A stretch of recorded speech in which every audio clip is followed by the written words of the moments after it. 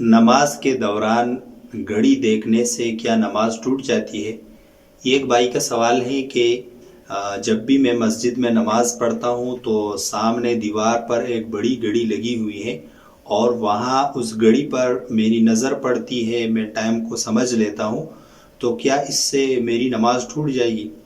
اس کا جواب یہ ہے کہ جان بوجھ کر گھڑی کو دیکھنا، ٹائم کو دیکھنا نماز کے دوران یہ مکروہ عمل ہے۔ مکروہ کا مطلب یہ ہے کہ شرعاً یہ ایک ناپسندیدہ کام ہے۔ آپ کی نماز نہیں ٹوٹے گی لیکن ثواب میں کمی آئے گی۔